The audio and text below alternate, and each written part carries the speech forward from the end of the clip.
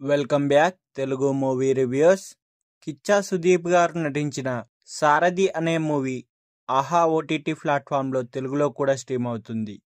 ఈ మూవీ యొక్క run time వచ్చేసి 2 hours 20 minutesగా ఉంది.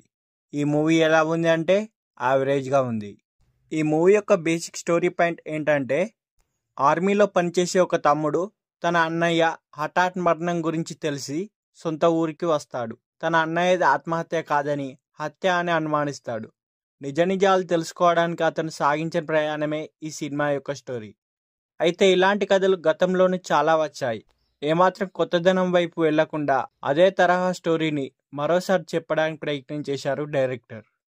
ఈ మొత్తం స్టోరీలో హీరో అన్నయ్యను ఎవరు చంపారు, ఎందుకు చంపారు, ఆ నిజాలను హీరో ఎలా తెలుసుకున్నాడు అనే అంశాలు అత్యంత కీలకం.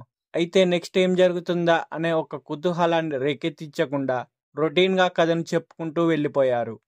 ఒకరి తర్వాత ఒకరిగా 3 అంచెల పద్ధతిలో ముగ్గురు విలన్లను ప్రేక్షకుల ముందుకు తీసుకొని వస్తారు.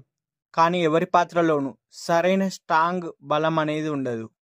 డిఫరెంట్గా ట్రై చేసిన కిచ్చా సుదీప్ గారు ఈ రోల్లో పెద్దగా ఆకట్టుకోలేదు.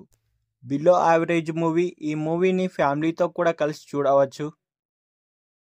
కన్నడంలో హెబ్బుల్గా రూపొందించిన ఈ మూవీ తెలుగులో మాత్రం సారథి అనే టైటిల్తో రిలీజ్ చేశారు.